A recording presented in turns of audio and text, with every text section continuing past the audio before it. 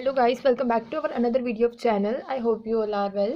So we are studying about the complex analysis of MSc third sem and ये हमारे regular lectures आ रहे हैं complex analysis के। तो जो जितने भी लेक्चर्स मैंने डाले हैं वो मैंने सिलेबस के अकॉर्डिंग टॉपिक वाइज ही क्रिएट कर रखे हैं, उनसे रिलेटेड एग्जाम्पल भी टॉपिक वाइज ही मिलेंगे। तो आज हमारा लेक्चर 6 स्टार्ट हो रहा है कॉम्प्लेक्स एनालिसिस का, जिसमें हम पढ़ेंगे कि हार्मोनिक फंक्शन क्या होता है। किसी भी फंक्शन को आप हार्मोनिक फंक्शन कब कहोगे? जब एक वो real valued function u of x y, उसको आप हार्मोनिक कहोगे in the domain D if for all the point x comma y, हर एक पॉइंट एक्स कोमा वाई के लिए इन डोमेन डी, उन डोमेन डी के जितने भी पॉइंट है उनके लिए second order partial derivative exist करना चाहिए और वो कंटिन्यूस होना चाहिए। और वो किसको सेटिस्फाई करेगा? लैप्लास इक्वेशन को। क्या बताया मैंने? कोई भी रियल वैल्यूड फंक्शन है u of x comma y, तो उस एक्स कोमा वाई के अंदर से मैंने कोई भी पॉइंट उठाया इन डोमेन डी, वो हमारे हार्मोनिक फंक्शन कब बन जाएंगे? जब उन second order partial differential equation के लिए मेरे पास क्या एग्जिस्ट करेंगे? कंटिन्यूस होंगे वो, और साथ में लैप्लास इक्वेशन को सेटिस्फाई करेंगे। बाय द अबव थ्योरम, जो हमने इससे ऊपर थ्योरम पढ़ी थी, उसमें मैंने लैप्लास थ्योरम को एनालिटिक फंक्शन प्रूव किया था। Is harmonic in D since they satisfy the Laplace equation, that's why they are conjugate harmonic function, या फिर आप उसको सिंपल कंजुगेट फंक्शन भी कह सकते हैं। Next topic is what is orthogonal system. कोई भी दो फैमिली ले ली मैंने, curve u of x y and v of x y, उन दोनों कर्व का नाम है c1 एंड c2। वो एक ऑर्थोगोनल सिस्टम को कब फॉर्म करेंगे? जब वो दोनों किस पॉइंट पे आके, जब वो दोनों जिस पॉइंट पे आके मिलेंगे at right angle to each other at each of their points of intersection. Point of intersection होता है उन दोनों के बीच में कॉमन, मतलब जहां पर वो दोनों पॉइंट, दोनों कर्व आके मिलेंगे, वो पॉइंट मेरा क्या कहलाएगा? इंटरसेक्शन पॉइंट कहलाएगा at right angle. That point is known as the form the orthogonal system. अब हमने हार्मोनिक फंक्शन और ऑर्थोगोनल सिस्टम की डेफिनेशन पढ़ी थी। अब हम उससे रिलेटेड कुछ एग्जांपल्स को डिस्कस करेंगे। पहला एग्जांपल है कि मेरे पास फंक्शन दे रखा है u प्लस आइटा v की फॉर्म में, वो एनालिटिक है, डोमेन डी में डिफाइन है। उनके लिए दो कर्व एग्जिस्ट करेगी, u ऑफ एक्स वाई के लिए c1, u of v Y के लिए c2। हमें प्रूव करना है कि ये दोनों कैसी हैं? They are the two orthogonal families. ये फंक्शन है, एनालिटिक है, तो ये क्या करेंगे? Analytic function C R equation को सेटिस्फाई करेगा। तो हमें प्रूफ करना है कि ये जो दोनों कर्व्स लिए है u of x y, v of x y, ये दोनों क्या फॉर्म करेंगी? ऑर्थोगोनल होंगी। अगर ये दोनों ऑर्थोगोनल प्रूफ करनी है तो मैंने m1 स्लोप ले लिया कर्व c1 का और m2 स्लोप ले लिया c2 का। If we have to show कि इन दोनों की मल्टीप्लीकेशन -1 आएगी, then the result is proved. So हम इसको प्रूव करने के लिए u किसके इक्वल है? कर्व c1 के, और v किसके इक्वल है? कर्व c2 के। तो हम इसका u का डेरिवेटिव करेंगे और v का डेरिवेटिव करेंगे। जब मैंने u का डेरिवेटिव किया with respect to x and y, u curl u by curl x dx, curl u by curl y dy is equals to 0। Similarly मैंने v का कर दिया। अब यहाँ से मैंने क्या किया? dy बाई dx की वैल्यू निकाली। वो मैंने कैसे निकाली? Curl u by curl x divide by curl u by curl y, मतलब D Y by D X की वैल्यू मैं निकाल रही हूँ, माइनस में आएगी।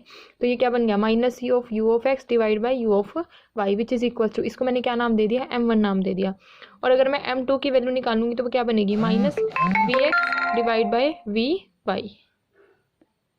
और ये मेरे पास कैसे बनी? यहाँ पर minus V x by V Y, यहाँ पर क्या करेंगे? Curl we by curl X, curl X divide by curl we by curl Y minus का, इसलिए यहाँ पर ये वैल्यू m2 मिल गई मेरे पास। तो m1 और m2 दोनों वैल्यू मिल गई। जब मैंने इन दोनों वैल्यू को क्या कर दिया? मल्टीप्लाई कर दिया, तो मल्टीप्लाई मल्टीप्लाई +1 बन जाएगा। By using the C R equation V X को क्या लिखते हैं?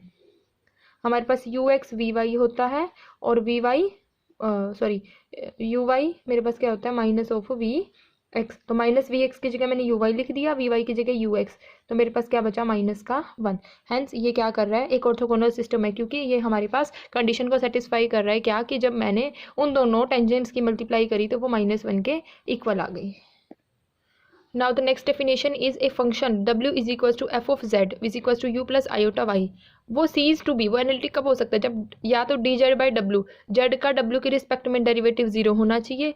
दैट इज अगर मैं डब्ल्यू को जेड से, मतलब डब्ल्यू का जेड के रिस्पेक्ट में करूंगी तो वो इन्फिनिटी, क्योंकि 0 का उल्टा इन्फिनिटी होता है, इसलिए जेड के रिस्पेक्ट में डेरिवेटिव 0 आना चाहिए, डब्ल्यू के रिस्पेक्ट में इन्फिनिटी आना चाहिए। अब मेरे पास एक वैल्यू दे रखी है, हमें उसको सीज कराना है, मतलब सीज टू बी एनालिटिक होना चाहिए। मतलब या तो जेड का डब्ल्यू के रिस्पेक्ट में करो तो 0 आना चाहिए, डब्ल्यू का जेड के रिस्पेक्ट में करो तो इन्फिनिटी आना चाहिए, जिसमें वैल्यू क्या है? ई की minus you cos you plus iota sine you. अब मैंने यहाँ पर क्या किया? u और v की फॉर्म में इस फंक्शन को कन्वर्ट कर लिया गिवन z फंक्शन को। v की फॉर्म में तो दे ही रखा है, इस cos u plus iota sine u को मैं आयोटा u की फॉर्म में लिख लिया। तो मेरा जो फंक्शन है u और v की फॉर्म में स्प्लिट हो गया। अब मैं आयोटा u को आगे लिख के v को पीछे लिख सकती हूँ, तो मैंने ये माइनस की फॉर्म पीछे लिख दी। अब मैंने इसमें से आयोटा कॉमन लिया, अगर मैंने इसमें से आयोटा कॉमन लिया तो ये u बचा और इसमें क्या हो जाएगा minus minus plus iota V, और u प्लस आयोटा वी क्या होता है w के इक्वल, तो ये क्या बन गया आयोटा w। अब मैंने क्या करा z के और e आयोटा w दोनों के साइड log बोथ साइड ले लिया, log z is equal to, अब आयोटा और log एक दूसरे के अपोजिट है तो यहाँ पे आयोटा w बच गया, log z का डेरिवेटिव क्या बन जाएगा 1/z dz is equal to iota dw। अब मैंने यहाँ से dw बाई dz की वैल्यू निकाली तो ये 1/z और ये आयोटा इधर आ जाएगा तो 1/आयोटा z। तो w is not an analytic only when, कब एनालिटिक नहीं होगा, या तो z 0 होना चाहिए या आयोटा z 0 होना चाहिए। So function ceases to be analytic at origin, तो वो फंक्शन कहाँ पे एनालिटिक हो गया ओरिजिन पे, क्योंकि w ये इन्फिनिटी के इक्वल ही फॉर्म करेगा जब 0 को टेंड 1/0 क्या बनेगा मेरे पास किसी भी नंबर, अगर मेरा 1/z 0 को टेंड करेगा तो 1/0 0 की मल्टीप्लाई किसी भी चीज़ से 0 तो 1/0 क्या होता है इन्फिनिटी, तो ये कंडीशन को सेटिस्फाई कर देगा, इसलिए फंक्शन हमारा सीज करेगा to be analytic. Next question है, you have to examine the nature of a given function. Function मेरे पास क्या है x square plus y square x plus iota y divide by x की 4 प्लस वाई की 10। ये मेरे पास फंक्शन है, ये नॉन जीरो के लिए और जीरो के लिए जेड की वैल्यू 0 हो जाएगी। तो मैंने इस फंक्शन को यू और वी की फॉर्म में स्प्लिट कर लिया। यू और वी की फॉर्म में हमने कैसे स्प्लिट किया, यहाँ पर U of x Y denominator सबका सेम रहेगा, न्यूमिनेटर में क्या हो जाएगा, हम क्या करेंगे रियल को अलग कर लेंगे, इमेजनरी को अलग कर लेंगे। जब मैंने रियल को अलग किया तो यहाँ पर एक एक्स है एक ये रहा, एक्स क्यूब इमेजनरी को छोड़ दो, X cube Y 5 divide by x की 4 प्लस वाई की 10, और इमेजनरी में एक्स स्क्वायर रह जाएगा, वाई की 6 हो जाएगी डिवाइड बाई एक्स की 4 वाई की 10। बाय द डेफिनेशन मैंने क्या कर दिया, along z axis z tends to 0, f dash 0 निकाला, फंक्शन निकाला, फंक्शन का डेरिवेटिव निकाला 0 पे, f of z minus f of 0 divide by z minus 0। तो यहाँ पर मैंने किसकी वैल्यू ली है y की वैल्यू ले ली, x square y 5 divide by x की 4 वाई की 10, और इन दोनों को ऊपर नीचे किससे मल्टीप्लाई कर दिया z से, multiply and divide by z कर दिया।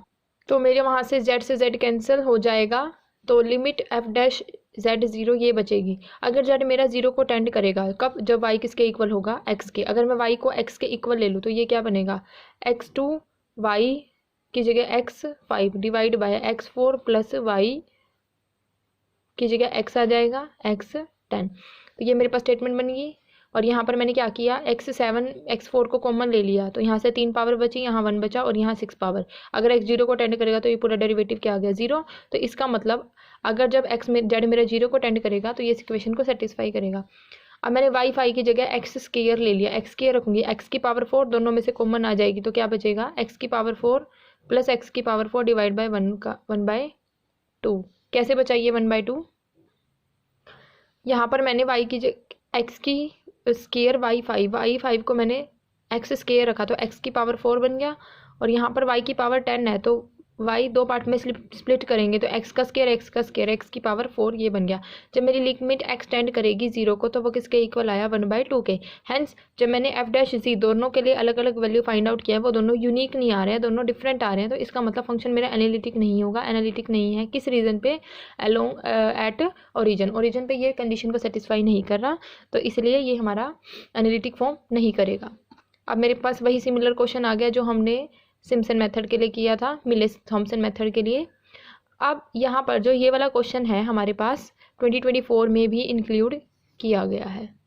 Find the conjugate harmonic function निकालना है इस गिवन फंक्शन का, या फिर हमें एफ ऑफ जेड फंक्शन दे दिया, हाँ इस हार्मोनिक होगा तो आपको वी ऑफ एक्स वाई की वैल्यू फाइंड आउट करनी है। तो यू ऑफ एक्स वाई हमें गिवन है, फिर दोबारा हम क्या करेंगे curl you by curl x को फाइंड करेंगे और उसके डेरिवेटिव को भी फाइंड करेंगे, क्योंकि हमें सेकेंड ऑर्डर पार्शियल डेरिवेटिव चाहिए हार्मोनिक इक्वेशन को प्रूव करने के लिए। Curl you by curl X, first function as it is रख दिया मैंने, सेकंड का derivative first function as it is X के रिस्पेक्ट में करोगे तो क्या बनेगा 1 साइन वाई रह जाएगा, और यहाँ पर मैंने यू वी डैश कर रखा है और यहाँ पे यू डैश वी कर रखा है, निकाल लिया तो मेरे पास ये फर्स्ट डेरिवेटिव आ गया। सिमिलरली सेकंड डेरिवेटिव निकालेंगे, सेकंड डेरिवेटिव मेरे पास क्या बनेगा, ये ओपन करके नहीं करा हुआ है, मैं ओपन करके सॉल्व करवा देती हूँ आपको।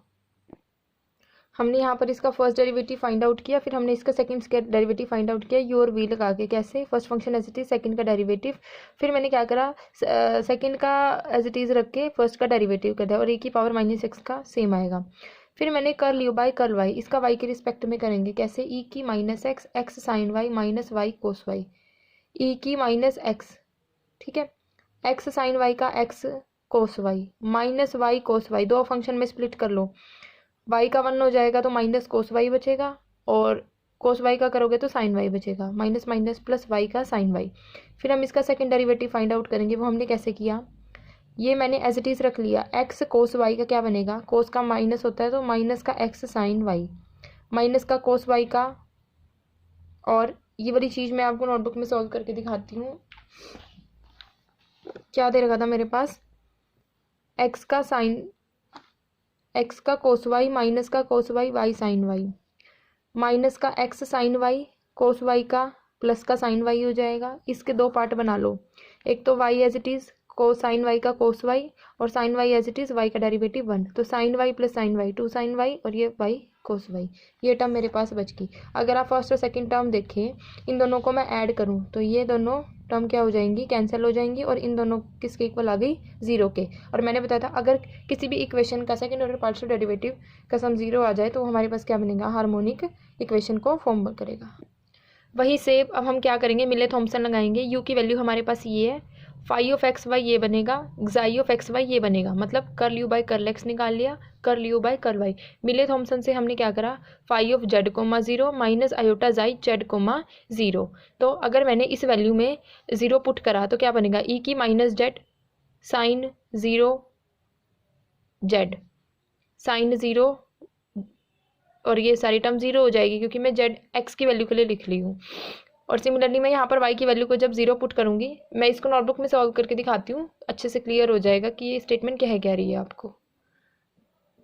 जब यहाँ पर मैंने फाई को सॉल्व किया तो वो 0 बन गया, जाई को सॉल्व किया तो मेरे पास ये टर्म बची, जेड ई की माइनस जेड माइनस ई की जेड। जब मैंने इसमें y को 0 पुट करके और x को z पुट किया तो यहाँ पर यही टर्म बची हुई है, और आयोटा इसलिए आया हुआ है क्योंकि यहाँ पर हमारे पास फाई की वैल्यू खत्म हो गई है, जाई की वैल्यू हमारे पास अभी भी गिवन है। फिर मैंने यहाँ क्या क्या किया, इसमें से आयोटा को कॉमन ले लिया, ये आयोटा को कॉमन लिया जब मैंने ई की जेड माइनस जेड ई की माइनस जेड माइनस के साथ, तो दोनों के डेरिवेटिव को स्प्लिट कर लेंगे, ई की minus z d z minus iota z e की minus z divide by -1 minus iota integration e की माइनस जेड डी जेड। ये चीज़ मैंने कैसे स्प्लिट करी है ये बताती हूँ। हमने इसमें इंटीग्रेशन बाय पार्ट लगा दिया और इसको एज इट इज़ रख दिया, और दोनों का आयोटा हमने अलग अलग कर लिया। तो यहाँ से मेरे पास क्या बचा, आयोटा जेड ई की माइनस जेड, साथ में क्या बचा मेरे पास कांस्टेंट, क्योंकि इसमें जो ई की जेड वाली टर्म है वो कैंसिल हो जाएगी, इसलिए ये क्या बचा, आयोटा जेड ई की माइनस जेड प्लस सी। अब मैं क्या कह सकती हूँ कि मैं फंक्शन को यू प्लस आयोटा वी की फॉर्म में लिख सकती हूँ। तो यू की वैल्यू क्या है, आयोटा जेड ई की जेड प्लस सी। अब मैंने यहाँ पर क्या करा, यू प्लस आयोटा वी की फॉर्म में स्प्लिट करने के बाद आयोटा वी की मेरे पास वैल्यू नहीं है, आयोटा जेड जेड की वैल्यू मेरे पास क्या है, ई की minus X X sine Y minus Y cos Y plus iota V X comma Y which is equals to iota, यहाँ पर u की वैल्यू मैंने पुट कर दी, आयोटा v की एज इट इज़ रख ली, और यहाँ पर आयोटा एज इट इज़ है, z की value x plus iota y, और माइनस जेड की माइनस ई की x plus iota y plus constant. और यहाँ से अगर मैं आयोटा v की वैल्यू को निकालूंगी तो मेरी ये टर्म इधर जाके माइनस में चली जाएगी, यही चीज़ मैंने यहाँ पर कर रखी है। फिर यहाँ पर आयोटा ई की माइनस एक्स, तो क्या बचा, एक्स प्लस आयोटा वाई। हमने यहाँ पर आयोटा एज इट इज़ है, ई की माइनस एक्स बाहर ले लिया तो क्या बचा, x plus iota y cos y minus iota sine y plus, अगर मैं इस टर्म को प्लस में बदलूंगी तो मेरी ये चीज़ें चेंज हो जाएंगी, ई की minus x y cos y आगे, एक्स साइन वाई पीछे चला जाएगा। फिर यहाँ पर एक्स की कोस वाई माइनस एक्स की iota sine y plus iota y cos Y plus minus iota y, iota का स्केयर -1 माइनस, ये देखो ये आयोटा और ये आयोटा, आयोटा का square -1 minus minus plus y cos y sine y. और similarly यहाँ पर क्या बना मेरे पास इस टर्म के लिए, minus iota y cos Y plus iota x sine y, iota से इधर भी मल्टीप्लाई कर दिया। फिर मेरे पास ये जो टर्म बची इसमें कैंसिल हो जाएंगी, क्या कैंसिल होगा, this term this and this, तो क्या बचा, x cos Y plus y sine y constant के साथ। तो हमारे पास जो गिवन फंक्शन हुआ is a real function of real variables x and y, it must be in the form of c dash where c dash is a some real constant. यहाँ पर हमने जो माना है आयोटा को एज ए सी डैश एक constant मान के हम उस वैल्यू को फाइंड आउट कर रहे हैं। अब जो मेरे पास नेक्स्ट एग्जांपल है, फाइंड द एनालिटिक फंक्शन, किसकी फॉर्म में दे रखा है, u प्लस आयोटा v की फॉर्म में। इन्होंने क्या दिया, 2 sign 2x divide by E की 2y प्लस ई की माइनस 2y माइनस 2 कोस 2x। इस टर्म को मैंने क्या लिख दिया, साइन 2x लिख दिया। और जब मैं इस टर्म को मल्टीप्लाई और डिवाइड बाई 2 करा तो मेरी ये वाली चीज़ क्या बन गई, कोस हाइपरबोलिक बन गई। और ये -2 मतलब ये जो 2 हमारे पास गिवन स्टेटमेंट थी उसमें मैंने इसको 2 से मल्टीप्लाई और 2 से डिवाइड किया। जब मैंने 2 को साइन 2x से मल्टीप्लाई किया तो साइन 2x बचा और डिवाइड किया। डिवाइड करने से क्या बना मेरे पास कि ई की 2y plus E minus 2y divide by 2, ये कोस हाइपरबोलिक बन गया मेरे पास 2y और माइनस 2 से 2 कैंसिल कोस 2x। ये स्टेटमेंट मैंने ऐसे फॉर्म करी है। F of Z U plus iota V की फॉर्म में है। जब मैंने इस इक्वेशन को आयोटा से मल्टीप्लाई किया तो आयोटा वी यू माइनस क्यों आया, क्योंकि आयोटा आयोटा -1, ठीक है। तो 1 अगर मैंने इसमें 1 और ऐड कर दिया, 1 plus iota F of Z U minus V plus iota U plus V, ये टर्म कैसे आई मेरे पास, ये मेरे पास एफ ऑफ जेड है और ये आयोटा एफ ऑफ जेड है। अगर मैं एफ ऑफ जेड कॉमन लूँ तो अंदर क्या बचेगा, बाहर 1 प्लस आयोटा बचेगा। मतलब क्या कह रहे हैं ये कि ये एफ ऑफ जेड है, इसमें मैंने क्या ऐड किया, आयोटा एफ ऑफ जेड, तो क्या बचा 1 plus iota F of Z, ये टर्म बची मेरे पास।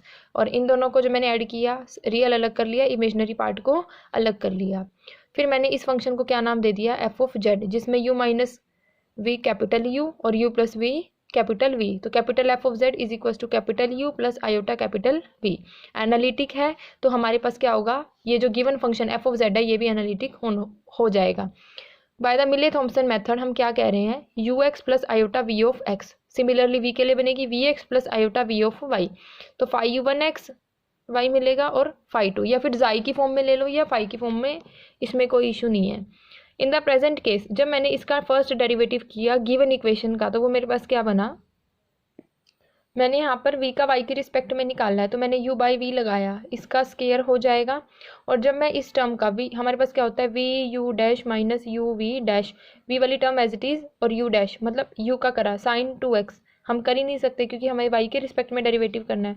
और फिर मैंने साइन 2x को एज इट इज़ रखा, इस टर्म का किया तो क्या बना, जब मैं साइन हाइपरबोलिक x का करूँगी तो कोस हाइपरबोलिक x मिलेगा। तो मेरे को क्या मिला, हमारे पास क्या था, कोस था, तो कोस का मेरे को क्या मिलेगा, साइन हाइपरबोलिक 2y मिल गया। इसका मैं कर नहीं सकती तो क्या बना 2 sign 2x sine hyperbolic 2y बन गया। सिमिलरली मैंने किसका किया, फाई 2 x के रिस्पेक्ट में किया, ये टर्म मेरे पास एज इट इज़ आ गई। यहाँ से क्या बनेगा, साइन 2x का 2 कोस 2x, नीचे वाली टर्म एज इट इज़ है माइनस, इसका करेंगे तो क्या बनेगा 2 साइन स्केयर 2x बनेगा, क्योंकि कोस स्केयर 2x का साइन स्केयर 2x हो जाएगा और इसलिए माइनस की टर्म, और एक ये रहा इसलिए 2 साइन स्केयर की फॉर्म में लिख दिया। क्योंकि हम फर्स्ट फंक्शन को एज इट इज़ लेके चलते हैं ना, फर्स्ट फंक्शन को एज इट इज़ और कोस 2x का, तो साइन स्केयर 2x की फॉर्म में बन गया। फिर मैंने एफ डैश जेड निकाला, यहाँ पर मैंने क्या किया, इनको इंटीग्रेट कर दिया, इंटीग्रेट करा तो मेरे पास क्या वैल्यू बची, यहाँ पर वही हम सिमिलर z कोमा 0 रख के पुट करेंगे। तो जब मैंने z कोमा 0 को पुट किया वी एक्स में भी और वी वाई में भी, तो यहाँ पर तो क्या बचा मेरे पास, माइनस आयोटा बाहर लेके -2 iota divide by 1 minus cos 2z dz, और 1 माइनस कोस क्या होता है साइन स्क्वायर, तो यहाँ पर साइन स्क्वायर बन गया, आयोटा मैंने बाहर ले लिया dz के साथ, और 1 by sine square z cosecant square z plus c हो जाता है। तो कोसिकेंट स्क्वायर को iota cot z plus c, तो 1 plus iota F of z क्या मिल गया, iota cot z plus c। और मैंने ये मल्टीप्लाई में इधर आके डिवाइड में हो गए दोनों में कांस्टेंट के साथ भी, तो यहाँ पर क्या बचा 1 plus iota by 2 cot z plus c dash. तो ये हमारे पास क्या बचा, ओवरऑल c डैश एक अनदर कांस्टेंट मिला गिवन इक्वेशन के लिए।